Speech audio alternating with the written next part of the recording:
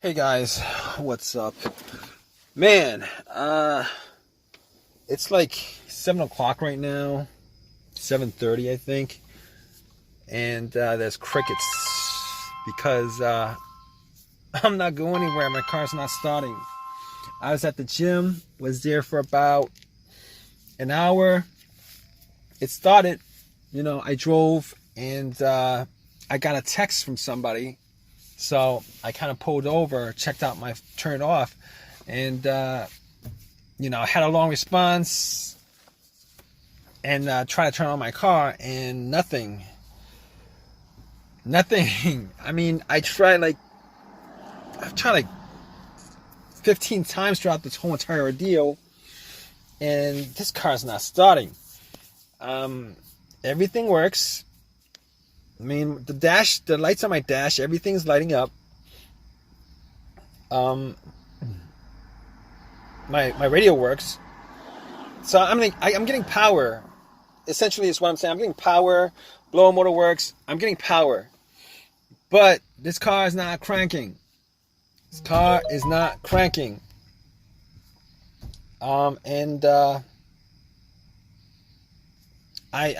originally I thought maybe my battery's low. So I went out, had my headlights on. I went out because I could see my headlights because it's kind of dark right now. I could see my headlights, and my headlights are good from from inside the car. So, but just in case, I went out. I checked out, just to see what the headlights are dim or not, and the headlights are full brightness. I'm like, okay, it's probably not the battery then, because it's full brightness. It's probably not the battery, but I'm not 100% certain. So I went and I fetched my jumper, my battery pack, my jumper pack that I got from Walmart, and it should work on this car. Anyway, I hooked it up. Tried jump it a couple of times. Nothing. I mean, I did try to get somebody to help me out, but I'm like at this apartment complex. There's nobody around. And I'm like 99% sure that my battery is not the problem, considering it's lighting up pretty good, and my jumper pack is at like 75%. So probably not the battery. But I did get the battery changed out about a year ago, so it's probably not the battery. I think I can rule out the battery at this point. I think. I mean, it'd be great if I could get somebody to jump my car for me, but I don't think I'm gonna be able to do that considering the way it's parked right now. I'm actually parked the car in front of me, but whatever. So over the last 40 minutes, I'm like trying to figure out what the problem is. So I don't think it's the battery. Didn't think it was the battery. I was thinking maybe it was the alternator, but my car wasn't on. I shut my car off, trying to turn my car on, but the car's, it's normally, I've had my alternator die out on me, and normally it's when my engine is on, at least my engine is on, and the car's running, and it just starts losing power and it just dies out. But if it was the alternator, I think when I put my battery pack on it, I should be able to just start up the car. It'll run as long as it's, connected to the battery pack. But once I take it off, the car should die out on me. But that's not the case, because I'm not actually getting a crank at all. I'm not even hearing like a weak crank. So I can rule out the battery at this point and the alternator, because I've got 75% of my battery pack, and even if it was too weak to start up the car, I should be able to just hear like a soft, weak crank, which I'm not hearing at all. I'm not hearing any of that stuff. So I'm thinking to myself, those aren't the issues. I'm pretty sure those aren't the issues. So I'm thinking to myself, all right, guys. Okay, so back to what I was saying on this car. So I think I got like 2 things that's left for me to figure out. Well, 3 things. I'm hoping it's not the other thing. the one that I changed up like 8 months ago. But so basically, I got the relay and the fuse. All right. Now, I am hearing a click. Like every time I try to start the car up, I am hearing a click. I gotta tell you, it gets fainter and fainter every time, but I do hear a click every time I try to start up. I don't get a crank, but I do hear a click. So that tells me that it's not the relay, because basically the relay actually relays electricity to the starter. So you're hearing that click. It's the solenoid that's clicking. You know, the solenoid is getting electricity from the relay, but the motor is just not engaging. All right, it's getting a click. So I was hoping that it would be a relay so that I could just. I think there's an AutoZone around here, maybe. I don't know, but I was hoping that I could. That was it. I mean, I was hoping that was it. I don't think that's it. I could rule that out. So my last, well, second to last. No, but this is, you know, second to last. The last thing would be a headache for me to do, but this other thing is the fuse. Could it be the fuse that's causing this issue? So I've had problems with I've had issues, blown fuses where my car wouldn't start. I've had those situations come up like a couple of times, twice actually. One of those times, you know, everything was good. It cranked. I heard a crank. I hear a crank. You know, I hear a crank. When I had that issue with my other car where the fuse was blown, I heard a crank.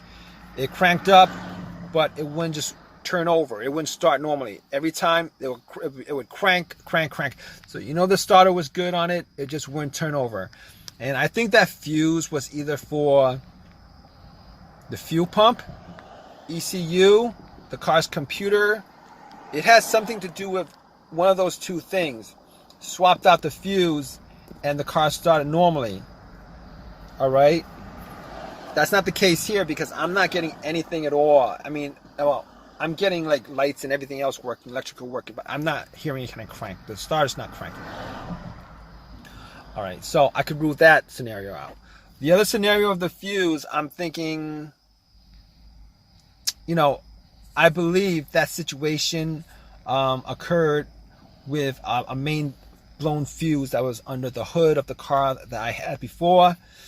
I had no electricity in the car whatsoever. It's like I had no battery connected to the car, and found out that fuse was blown, swapped it out. Everything worked as normal, but that's not the situation here, considering I am getting electricity, but the car won't crank up.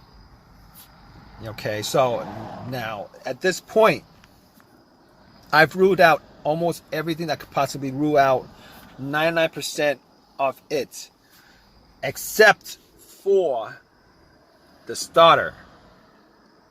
All right, and I was hoping it's not the starter because I got that changed up like. I got that changed up like I think a year ago or something like that. I got it changed up, but it was pretty recent, relatively recent, like about a year ago. I had that changed up. Got a rebuilt starter from AutoZone, had that installed. It's kind of been working fine. Except you know, I think the last month I had this one situation where I had this kind of the same scenario, but I would have to try to start the car up a couple of times, like 4 or 5 times before it cranked up. I haven't had that situation since. I thought it, you know, maybe I left some lights on in the interior or something like that, but I haven't had that situation since. Until today, I tried until today where, you know, about an hour ago, 40 minutes ago, whatever, I tried starting it up after, you know, nothing. And I tried 15 times, nothing. So, I guess at this point, I gotta call a tow truck. I'm almost positive that it's the starter that went out on me, which kind of sucks, because now I got to get another starter. Well, I think it's warranted. So I don't, but that's not the problem. The problem is I got to spend either some time to put it in myself or pay somebody to do it. And that amounts to money. You know, time is money on my part, and then I got to pay somebody to do it. That's money that I would normally have to do.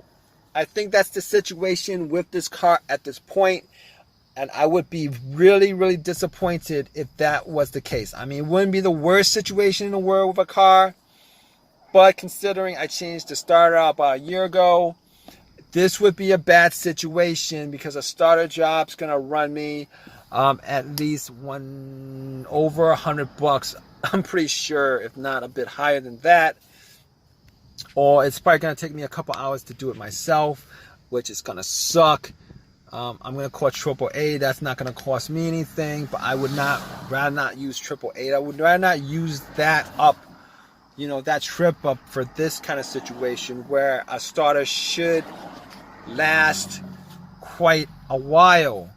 Like quite a while, meaning a couple, like over 100,000 miles. This starter lasted me, I only put in like, I don't know, 12,000 miles in this car since I had the starter installed, which kind of sucks.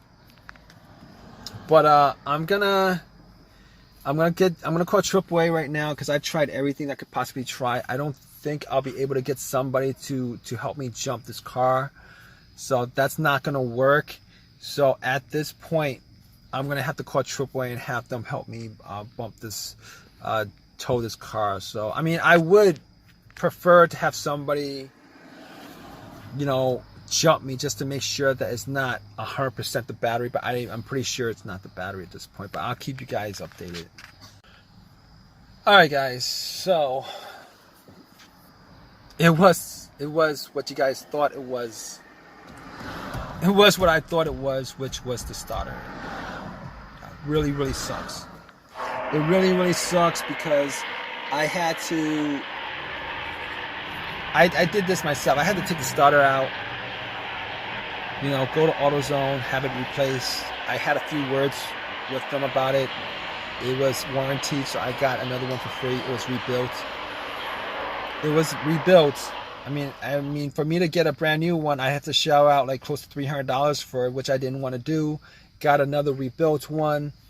If I had the choice, I probably would not be putting this rebuilt starter in, but I have no choice. My other option would be to call AutoZone to get it on eBay. That's gonna take at least a couple of days at best, and I don't have time to waste with this. So went to AutoZone, you know, exchanged the starter, put it in, because I did a bunch of tests on the starter. What I did was I bumped it a couple of times when I got home, had a long crowbar, was able to actually get to it before I actually swapped it out. You know, try to jump it, didn't work. Try to jump it with another one of my cars, it didn't work. So I had to change it up myself. It took a couple of hours for me to do it. Other test I did on that old starter was I actually hooked up a line to it, to the solenoid. Tried to crank it up directly, didn't work. Took it to AutoZone, had them test it out, didn't work. So it was definitely the starter that was the problem. If you guys are still watching this,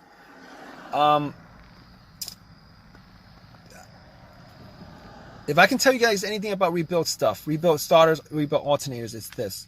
All right, you're always taking your chances. Well, you're taking your chances with everything, but you're taking more of a chance. Considering when they replace the starter, what they do is, when they rebuild the starter, what they do is they rebuild it with new parts, but only the parts that are broken. They don't do a whole replacement of every single thing on that starter, or every single important thing on that starter. So you can have like one part that's broken, maybe a wire or whatever on that starter that's broken, and like the rest of the 99% of that starter, it's got whatever mileage it had on it, before it broke down on you.